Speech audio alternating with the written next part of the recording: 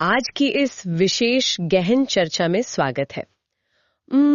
आज का विषय ना पहली नजर में कुछ ऐसा लग सकता है जैसे किसी बहुत ही प्राचीन ग्रंथ के पन्नों में दबा हुआ कोई पुराना दार्शनिक विचार हो, है ना? हाँ, बिल्कुल। शुरुआत में ऐसा ही लगता है, लेकिन जैसे जैसे हम आज इसकी परतों को हटाएंगे तो ये हमारे आसपास मौजूद प्रतीकों और हमारी रोजमर्रा की जिंदगी से जुड़ जाएगा और मानव चेतना के सबसे गहरे रहस्यों को खोलने वाली एक चाबी भी बन जाएगा। सही कहा। तो आज हम एक बेहद दिलचस्प स्रोत सामग्री पर चर्चा कर रहे हैं। ये सामग्री श्री गायत्री ज्योतिष विद्यापीठ हैदराबाद के शोधकर्ताओं ने तैयार की है। और हमारा जो मुख्य केंद्र है आज की चर्चा का, वो है विष्णु सहस्त्रनाम का 21वां नाम, यानी नारसिंह वपु। तो मैं सोच रही थी कि इस नाम में ऐसा क्या खास है? मतलब विष्णु सहस्त्र नाम में तो 1000 नाम है ना? दरअसल इस विषय की गहराई वास्तव में चकित करने वाली है। अगर हम विष्णु सहस्त्रनाम की पूरी श्रृंखला को देखें तो उसमें आने वाले ज्यादातर नाम भगवान के निर्गुण स्वरूप की ओर इशारा करते हैं। निर्गुण मतलब वो जो निराकार है। बिल्कुल, जिसकी कोई सीमा नहीं है, जिसे हम अपनी आंखों से देख नहीं सकते, या जिसका कोई भौतिक आकार नहीं है। यह एक अमूर्त और अनंत ऊर्जा की तरह है। लेकिन जब हम इस 21वें नाम यानी नारसिंह वपु पर आते हैं तो कुछ बदलता है। हाँ, अचानक से एक बहुत बड़ा बदलाव होता है। ये विशेष नाम हमें सीधे सगुण ब्रह्म की दुनिया में ले आता है। सगुण ब्रह्म यानी भगवान का वह स्वरूप जिसका एक बहुत ही स्पष्ट आकार है, जिसे देखा जा सकता है। एकदम सही। और यहीं पर सबसे बड़ा सवाल पैदा होता है। अक्सर जब विद्वान निराकार और साकार की बात करते हैं तो वो चर्चा बहुत ही भारी भरकम और किताबी हो जाती है। आम इंसान के लिए तो ये समझना मुश्किल ही हो जाता है कि जो चीज अनंत है उसे एक आकार में बांधने की जरूरत ही क्या है। और इसी गुत्थी को हमारी आज की स्रोत सामग्री ने ऋग्वेद की एक बहुत ही पुरानी और रहस्यमयी अवधारणा के साथ जोड़ा है। तो शुरुआत करते हैं ब्रह्मांड की उत्पत्ति से। स्रोत में हिरण्यगर्भ के सिद्धांत का जिक्र है। ये हिरण्यगर्भ आखिर है क्या? ऋग्वेद के अनुसार इस पूरे ब्रह्मांड की जो शुरुआत है ना, वो हिरण्यगर्भ से हुई है। अगर हम शब्दों को तोड़ें तो हिरण्य का मतलब होता है स्वर्ण या सोना, और गर्भ का मतलब है कोख या अंड। हाँ, तो इसे हम एक स्वर्ण अंड कह सकते हैं। स्रोत सामग्री एक बहुत ही अद्भुत दृश्य प्रस्तुत करती है। कल्पना कीजिए कि जब ये भौतिक संसार, ये ग्रह, तारे कुछ भी नहीं था, तब क्या था? तब शायद केवल एक अनंत महासागर था। बिल्कुल, लेकिन वो महासागर पानी का नहीं था, वो शुद्ध चेतना का आदिम जल था। रुकिए, ये दृश्य तो बहुत ही गहरा है। मतलब एक ऐसा महासागर जो पानी से नहीं बल्कि विचार, ज्ञान और शुद्ध चेतना से भरा है। हाँ, और उस अनंत और असीम महासागर के बीचों बीच एक सुनहरा चमकता हुआ अंडा तैर रहा है। ये कल्पना ही अपने आप में बहुत विशाल है। और फिर एक ऐसा बिंदु आता है, एक ऐसी ब्रह्मांडीय घटना होती है जहां वो तैरता हुआ स्वर्ण अंड 2 हिस्सों में टूट जाता है, या कह लें कि 2 भागों में विभाजित हो जाता है। हाँ, इसी विभाजन के क्षण को हम सृष्टि या ब्रह्मांड की शुरुआत कहते हैं। वे जो 2 हिस्से हुए, वे 2 विशाल गोलार्धों में बदल गए। गोलार्ध यानी 2 अलग अलग हिस्से, एक ऊपर का और एक नीचे का। बिल्कुल। स्रोत में इन दोनों के लिए बहुत ही विशेष शब्दों का इस्तेमाल किया गया है। ऊपरी गोलार्ध को परार्ध कहा गया है। परार्ध? तो ये ऊपरी हिस्सा किस चीज से बना है? क्या यहाँ कोई अलग तरह के ग्रह या आकाशगंगाएं हैं? नहीं, यहीं पर हमारा सामान्य नजरिया बदलता है।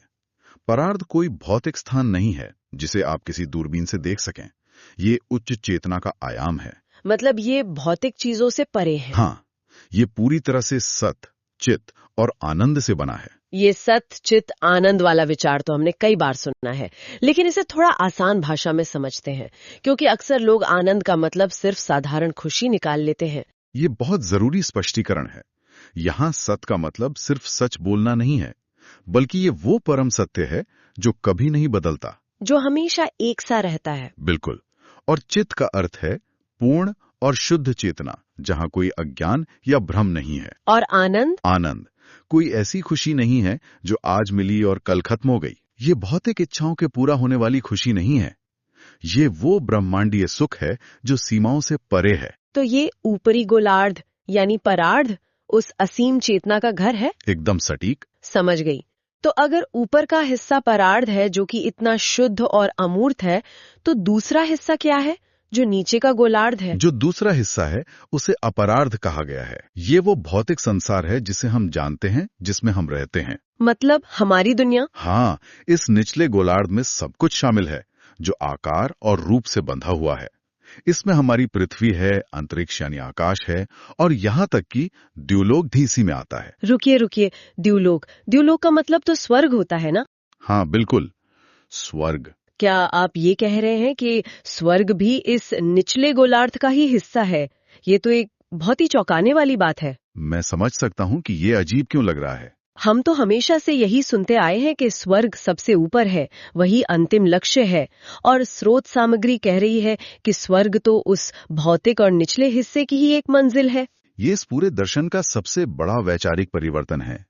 हम स्वर्ग को सर्वोच्च मान लेते हैं क्योंकि वहाँ सुख सुविधाएं हैं। हाँ, लोग स्वर्ग जाने की ही तो कामना करते हैं। लेकिन गहराई से देखें तो स्वर्ग में भी एक आकार है, वहाँ भी सीमाएं हैं। इसीलिए ऋग्वेद का यह सिद्धांत स्पष्ट करता है कि चाहे पृथ्वी हो, आकाश हो या स्वर्ग हो, ये सब के सब भौतिक आयाम है। बिल्कुल, और ये सब अपरार्ध के भीतर ही आते हैं। परम सत्य या शुद्ध चेतना तो इस स्वर्ग से भी ऊपर उस परार्ध में है। और इन दोनों लोकों को कौन चलाता है? इन दोनों गोलार्धों के अधिपति भगवान ब्रह्मा हैं। वही सर्वोच्च ईश्वर के रूप में इन दोनों लोकों पर शासन करते हैं। ये तो वाकई नजरिए को पूरी तरह से पलट देने वाला विचार है। मतलब हम जिस चीज को मंजिल समझ रहे थे, वो तो महज एक पड़ाव है। सही कहा। हम अभी इसी अपरार्ध यानी निचले गोलार्ध में जी रहे हैं। हमारी सारी वास्तविकता, हमारे सुख दुख सब इसी हिस्से में है। हाँ, और इसीलिए एक बहुत स्वाभाविक सवाल उठता है कि क्या हम हमेशा इसी निचले हिस्से में बंद रहेंगे? बिल्कुल। अगर प्राचीन काल के ऋषियों को उस ऊपरी हिस्से, उस परार्थ के बारे में पता था, तो यकीनन कोई तो रास्ता होगा वहां तक जाने का। तो क्या इन दोनों दुनियाओं के बीच कोई दरवाजा है, कोई ऐसा रास्ता जो हमें उस चेतना तक ले जाए? स्रोत सामग्री इस पर बहुत ही दिलचस्प तरीके से रोशनी डालती है। वो बताती है कि इन दोनों गोलार्धों, परार्थ और अपरार्थ के बीच एक विभाजन रेखा है। एक रेखा जो दोनों को अलग करती है। हाँ, आप इसे एक अदृश्य ढक्कन की तरह समझ सकती हैं। ये ढक्कन हमारी भौतिक दुनिया को उस असीम आध्यात्मिक दुनिया से अलग करता है। और इस ढक्कन को खोलने की कोई चाबी भी होगी? उस पार जाने की जो चाबी है उसे तप कहा गया है। तप? लेकिन जब हम तप या तपस्या शब्द सुनते हैं तो दिमाग में तुरंत किसी घने जंगल की तस्वीर आती है, जहाँ कोई साधु एक पैर पे खड़ा होकर कठोर साधना कर रहा है। हाँ बिल्कुल वही तस्वीर। तो क्या आज के संदर्भ में इसका यही मतलब है? नहीं, इसे केवल शारीरिक कष्ट देने के अर्थ में नहीं देखना चाहिए। स्रोत स्पष्ट करता है कि तप का असली अर्थ है प्रकाशमय ज्ञान और तीव्र अनुशासन। अनुशासन और ज्ञान? हाँ, ये वो ऊर्जा है जो ध्यान, एकाग्रता और सत्य की खोज से पैदा होती है। तो अगर मैं इसे आज की रोजमर्रा की जिंदगी से जोड़कर देखूं, जैसे जब हम किसी बहुत ही जरूरी काम पर ध्यान केंद्रित करने की कोशिश करते हैं, लेकिन आसपास बहुत भटकाव होता है। हाँ, हमारा फोन बार बार बजता है, चारों तरफ से शोर आता है, उस वक्त अपने ध्यान को भटकने से रोकना, उस अनुशासन को बनाए रखना और गहराई में उतरना, क्या वो भी एक छोटे स्तर का तप है? 100%। जब आप अपनी भौतिक सीमाओं, अपने लालच या अपने भटकाव को पीछे छोड़कर किसी उच्च लक्ष्य या ज्ञान की ओर बढ़ते हैं, तो आप उसी तप का अभ्यास कर रहे होते हैं। ये तो बहुत ही व्यावहारिक बात है। तो यही तप वो पुल बनता है जो हमें नीचे के भौतिक संसार से ऊपर की शुद्ध चेतना तक ले जाता है। और जब ये अनुशासन चरम पर पहुंचता है तो क्या होता है? जब ज्ञान और अनुशासन चरम पर होते हैं तो वो ढक्कन खुल जाता है, और यही हर आध्यात्मिक मार्ग का अंतिम लक्ष्य है, अपरार्ध से परार्ध तक की उड़ान। ये पुल वाली बात मेरे दिमाग में एक और चीज को जोड़ रही है। वो क्या? अगर तप वो पुल है जो इन दोनों दुनियाओं को मिलाता है, तो क्या इसका असर उन मूर्तियों या प्रतीकों पर भी पड़ता है? आप बिल्कुल सही दिशा में जा रही हैं। क्योंकि स्रोत सामग्री में एक ऐसा हिस्सा है जिसने मुझे सबसे ज्यादा सोचने पर मजबूर किया। वो हिस्सा है मिश्रित देवताओं का विज्ञान। ये इस पूरे विषय का सबसे गूढ़ और वैज्ञानिक हिस्सा है। हम सभी ने हिंदू और बौद्ध धर्म में मिश्रित देवताओं के रूप देखे हैं। मिश्रित देवता मतलब जो दो अलग अलग रूपों से मिलकर बने हैं। हाँ, जैसे भगवान गणेश, जिनका शरीर मनुष्य का है लेकिन सिर हाथी का है। भगवान हनुमान, जो वानर रूप में हैं। या भगवान नरसिंह, जिनका शरीर इंसान का है और सिर सिंह का है। हम बचपन से इन रूपों को देखते आ रहे हैं, इनकी कहानियां सुनते आ रहे हैं। और ज्यादातर लोग इन्हें बस किसी पौराणिक घटना या चमत्कार के रूप में ही देखते हैं। लेकिन जब हम उस हिरण्य गर्भ वाले सिद्धांत को, यानी ऊपर के परार्ध और नीचे के अपरार्ध को इन मूर्तियों पर लागू करते हैं, तो इनका पूरा मतलब ही बदल जाता है। बिल्कुल। अगर हम इसे चेतना के विज्ञान के चश्मे से देखें तो ये प्रतीकवाद बहुत ही सटीक हो जाता है। कैसे? इसे थोड़ा विस्तार से समझते हैं। इन मिश्रित रूपों में जो निचला हिस्सा है, यानी मानव शरीर, वो अपरार्थ का प्रतिनिधित्व करता है। मानव शरीर का मतलब है हमारी भौतिक वास्तविकता, हमारी सीमाएं, हमारा ये संसार जहां हम रहते हैं। और जो ऊपरी हिस्सा है, यानी दिव्य पशु का सिर, वो परार्ध का प्रतीक है। परार्ध यानी उच्च चेतना, असीम ज्ञान और परम सत्य का आयाम। एकदम सही। तो एक तरह से जब कोई मूर्तिकार भगवान गणेश या नरसिंह की मूर्ति बना रहा होता है, तो वो केवल एक कहानी नहीं तराश रहा। नहीं, वो वास्तव में पूरे ब्रह्मांड का एक नक्शा बना रहा है। वो दिखा रहा है कि भौतिक दुनिया और आध्यात्मिक दुनिया एक साथ कैसे जुड़ सकती हैं। मनुष्य का शरीर और दिव्य सिर, ये कोई संयोग नहीं है, ये पूरी तरह से एक सोच समझकर गढ़ा गया प्रतीक है। ये सच में दिमाग की बत्ती जला देने वाला विचार है। और स्रोत सामग्री एक बहुत ही महत्वपूर्ण दावा करती है। वो कहती है कि जो साधक आध्यात्मिक मार्ग पर हैं, उन्हें इन मिश्रित देवताओं की उपासना से सबसे तेजी से परिणाम मिलते हैं। सबसे तेजी से परिणाम। हम्म। लेकिन यहाँ मैं एक विरोधी स्वर उठाना चाहूंगी। हाँ, पूछिए।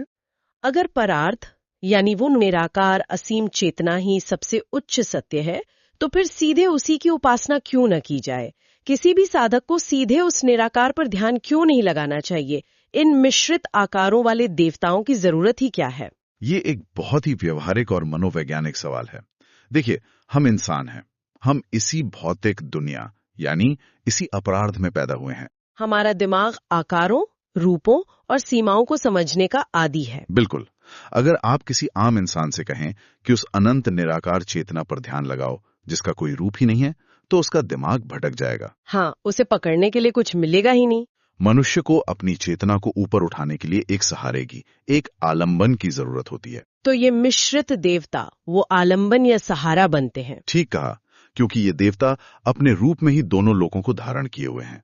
मतलब जब हम उनके मानव शरीर को देखते हैं, तो हमें अपनापन महसूस होता है। हमें लगता है कि ये हमारी भौतिक दुनिया का हिस्सा है।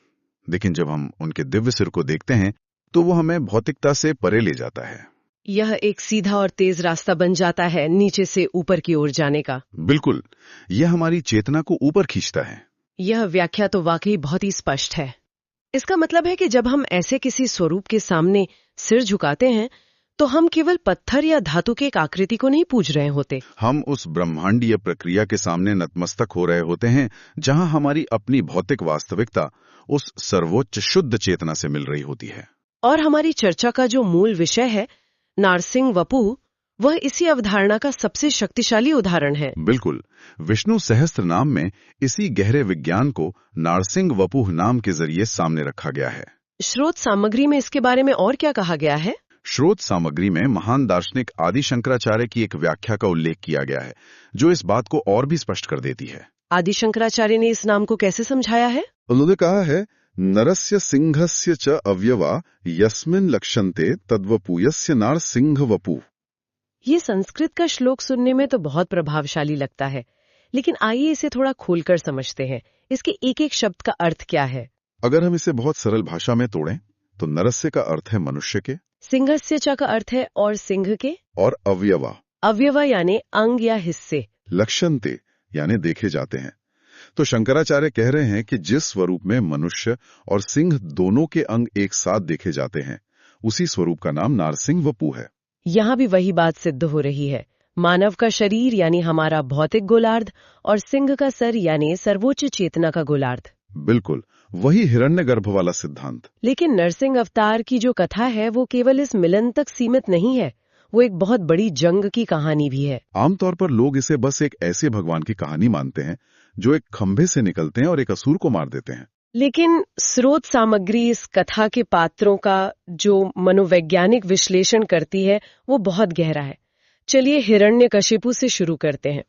वो सिर्फ एक खलनायक नहीं है। दार्शनिक स्तर पर हिरण्यकशिपु किसी बाहरी राक्षस का नाम नहीं है। स्रोत के अनुसार वो अज्ञान के अंधकार का प्रतीक है। अज्ञान का अंधकार? हाँ, अज्ञान वो शक्ति है जो हमें ये भूलने पर मजबूर कर देती है कि हम कौन हैं। वह अज्ञान ही है जो उन दो गोलार्धों के बीच के उस ढक्कन को कसकर बंद रखना चाहता है, ताकि हम कभी उस उच्च चेतना, उस परार्धार्थी तक पहुंच ही न सकें। और फिर इस अंधकार के बीच प्रहलाद आता है, एक छोटा सा बच्चा जिसके पास कोई सैन्य शक्ति नहीं है, लेकिन वह उस महाशक्तिशाली राजा के सामने अडिग खड़ा रहता है। और स्रोत बताता है कि प्रहलाद केवल एक भक्त की कहानी नहीं है।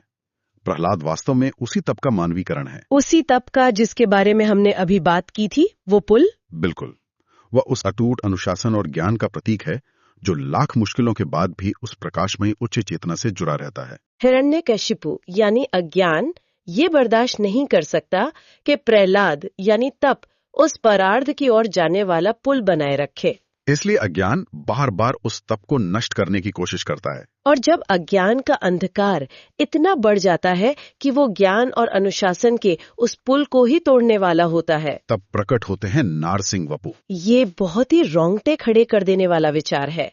अज्ञान को मिटाने और ज्ञान के पुल को बचाने के लिए वो असीम निराकार चेतना एक भौतिक रूप ले लेती है। आधा इंसान